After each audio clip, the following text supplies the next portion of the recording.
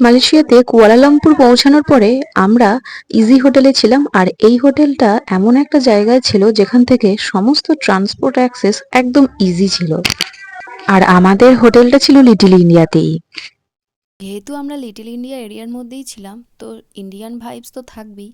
আর একদম আমাদের হোটেলের সামনেই এই যে কি সুন্দর লোভনীয় ফুচকা বিক্রি হচ্ছিল। আর তার সাথে সাথে বিভিন্ন ধরনের লাড্ডু ছিল, আরও বিভিন্ন ধরনের মিষ্টি তো ছিলই।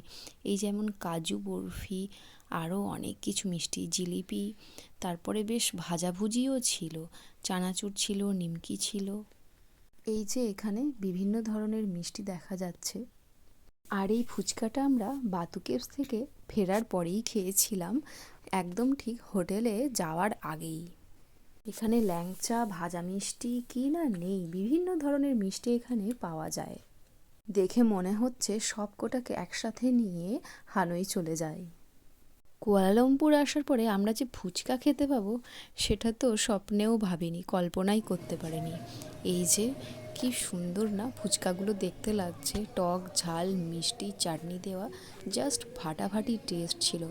মানে আমার বলতে গিয়েই জিভে জল চলে আসছে, এতটা সুন্দর ছিল। তবে হ্যাঁ, একটু বেশি কস্টলিও ছিল।